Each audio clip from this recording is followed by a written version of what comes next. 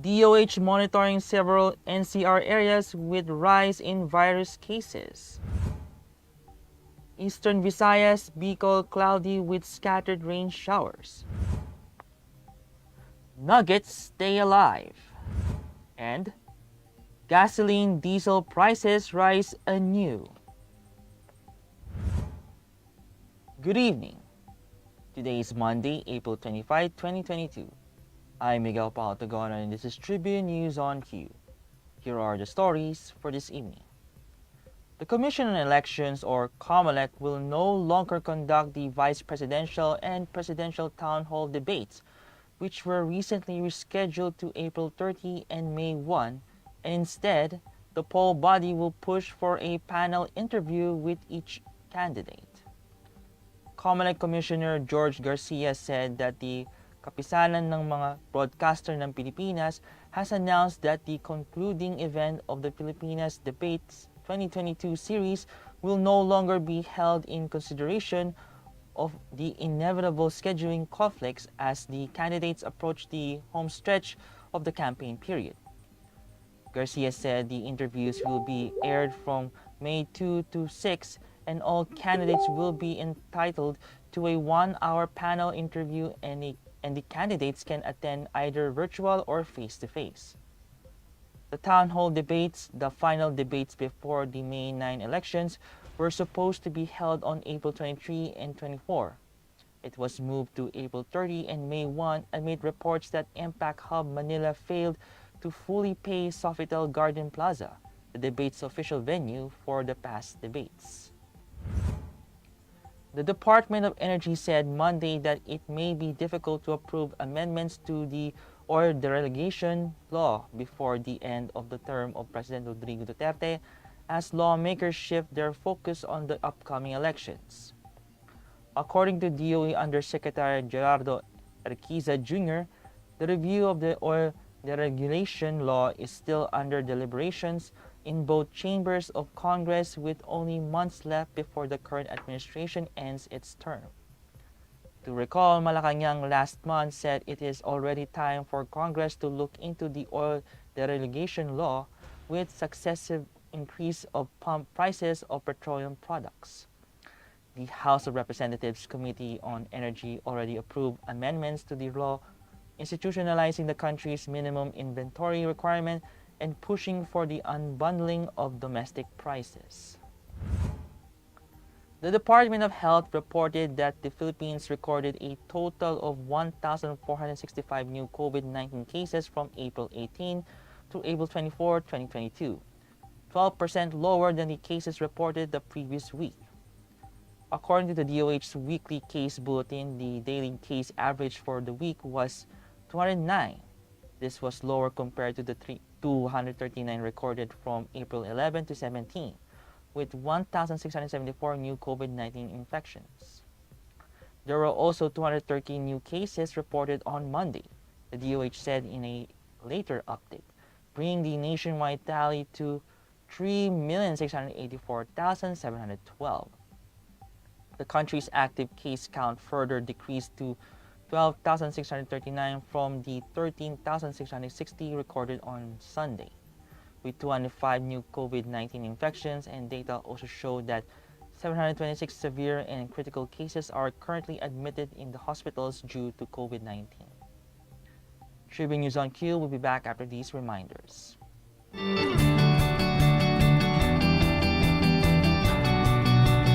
Ako po ay kabahagi ng isang alyansa ng mga kandidato ngayong national elections na nananawagan po ng pagkakaisa. Ako po si Sara Duterte. Handa po akong magserbisyo sa ating bayan. Hinihingi ko po ang tulong at suporta ninyo para sa pagka-vice presidente ng ating bansa.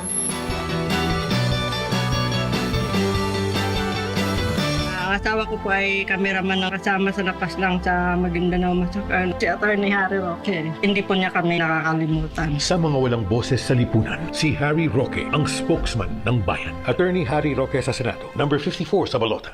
Si Harry Roque pinaglaban ang karapatang Pilipinong mangisda sa sariling karagatan. Malaking tulong po na ibigay niya po sa akin. Sa mga walang boses sa lipunan, si Harry Roque ang spokesman ng bayan. Attorney Harry Roque sa Senado, number 54 sa balota.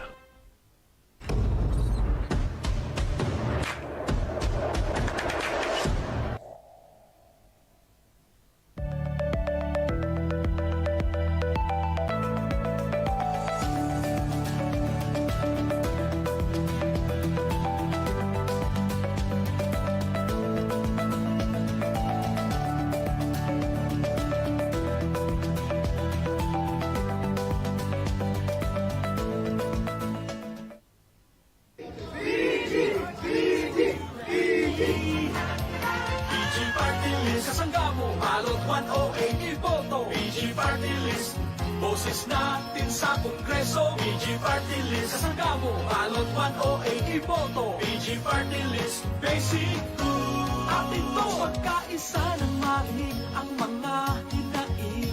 Young and active leaders sa Kongreso, ang boses natin. Tandaan at iboto, balota 108. To build and realize the projects we dreamed of.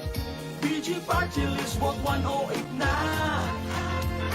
PG Party List, kasangga mo, balot 108 iboto. PG Party List, boses natin sa Kongreso. PG Party List, kasangga mo, balot 108 iboto. PG Party List, basic group, atin to. PG Party List, atin to.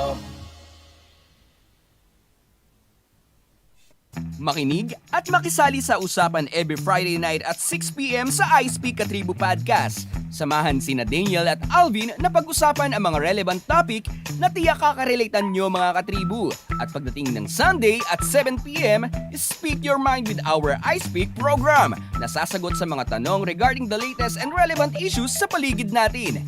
I-like at i-follow nyo ang Daily Tribune Facebook page at Tribune Now on YouTube para updated ka sa mga latest episode namin mga katribo.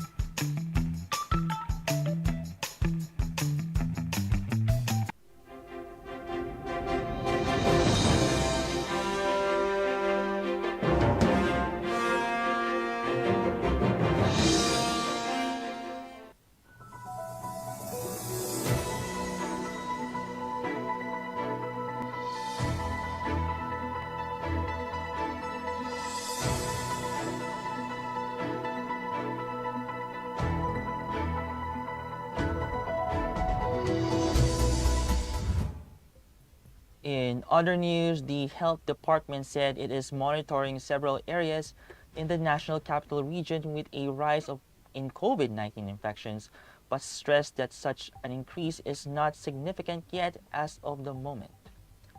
Health Undersecretary Maria Rosario Vergere said Pateros has a positive growth rate, while Malabon's intensive care unit is at full capacity. She added that there is also an increase in the Votas, which only has 46 beds in COVID wards. Right now, she assured that the COVID-19 wards in the area are still less than 60% occupied. Vergere pointed out that possible reasons for the uptick in cases would be the reduced compliance to the minimum public health standards, the crowding during the election campaign sorties, and the gatherings over the Holy Week. State Weather Bureau Pag-asa announced that the Eastern Visayas region as well as the Camarines provinces, Albay, Sorsogon, Catanduanes, and Quezon will experience cloudy skies with scattered rain showers and thunderstorms due to the Easter lights. Meanwhile, Metro Manila and the rest of the country will have partly cloudy to cloudy skies with isolated rain showers or thunderstorms due to the Easter lights and localized thunderstorms. Coastal waters will be slight to moderate throughout the country. Maximum temperature is 33.9 degrees Celsius at 1:50 p.m. and the minimum temperature is 25.8 degrees Celsius at 5 a.m. according to Pag-asa.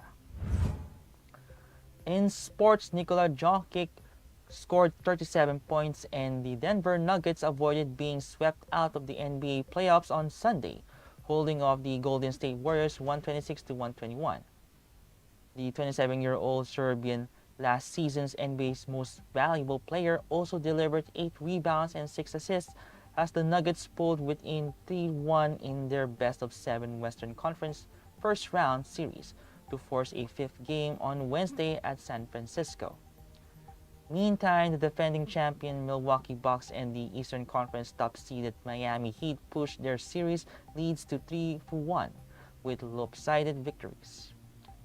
The Bucks routed the Chicago Bulls 119-95 and the Heat dominated the Atlanta Hawks 110-86.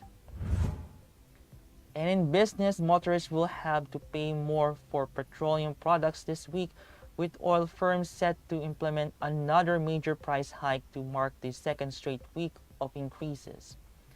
In separate advisories, Chevron Philippines Inc., Flying V, Petron Corp., Pilipinas Shell, Petroleum Corp., and Sea Oil Philippines Inc. said they will increase prices per liter of gasoline by 3 pesos, diesel by 4.10 pesos, and kerosene by 3.50 pesos.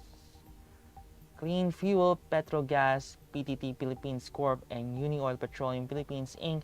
will implement the same changes, excluding kerosene, which they do not carry.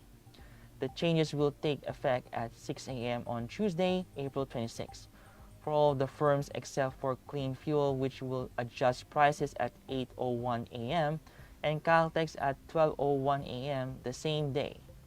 Other firms have yet to make similar announcements for the week. Domestic pump prices have been on an uptrend in 13 out of the past 16 weeks, which the Department of Energy has attributed to the ongoing conflict between Russia and Ukraine, along with the easing of COVID-19 restrictions in China, which have driven demand. That wraps up the stories tonight. Before we go, we would like to thank the SM Store, Araneta City, the Department of Tourism, MG Motors, Hina Motors, Security Bank, Empire Eastlands Holdings Incorporated, and Overseas Committee Affairs Council member Alan Lin of the Republic of China for their continued support. Again, this is Miguel Pautagonon, and you're watching Tribune News on Cue. Stay safe, stay healthy, stay at home. Good night, and God bless us all.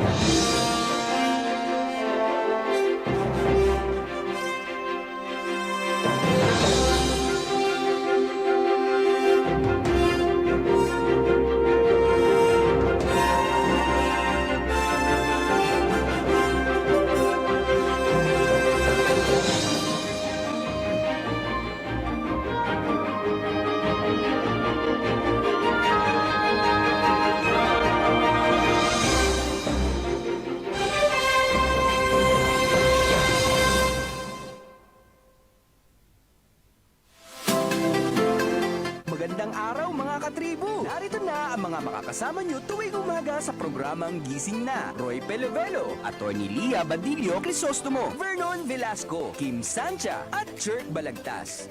Abangan ang programang Gising Na sa Facebook page ng Daily Tribune. Ilabas na ang mainit na kape at samahan kami sa inyong pag-almusal, mga katribo. Simulan natin ang bawat umaga with good vibes sa mga informative and recreational segments ng aming programa. Maaari niyo rin ibahagi sa amin ang inyong opinion via Daily Tribune Facebook page at Tribune Now sa YouTube. Makichika na rin sa latest showbiz happenings, mga katribo. Kaya naman, magsama-sama po tayo sa Gising Na! Ang Daily Tribune may digital shows na din. Dahil sa mas lumalaki at mas lumalakas nating tribu, handog sa inyo ng Daily Tribune ang mga programang magbibigay buhay araw-araw. Be informed at mag-good vibes tuwing umaga sa programang Gising Na. Be updated sa news and happenings sa Tribune News on Cue. Mas kilalanin pa natin ang mga paborito nyong atleta sa programang The Athletes Tribune. Alamin ang latest entertainment sa programang What's Up. Ma-inspire sa mga kwentong hatid ng Perfect. Search lang ang Daily Tribune sa inyong Facebook at Tribune Now on YouTube. See you there, mga katribu! Catch the latest news on our website, tribune.net.ph. Follow us on Facebook, Twitter, and Instagram. Subscribe to our YouTube channel, Tribune Now. Download the Daily Tribune app on Apple Store for iOS and Google Play for Android to get the latest and most comprehensive news online. Daily Tribune invites you to join its vibrant community, Katribu, to get updates on the hottest news on politics, business, sports, lifestyle, and entertainment. Emoticons of the Tribune mascot Tercito are available on our community Viber.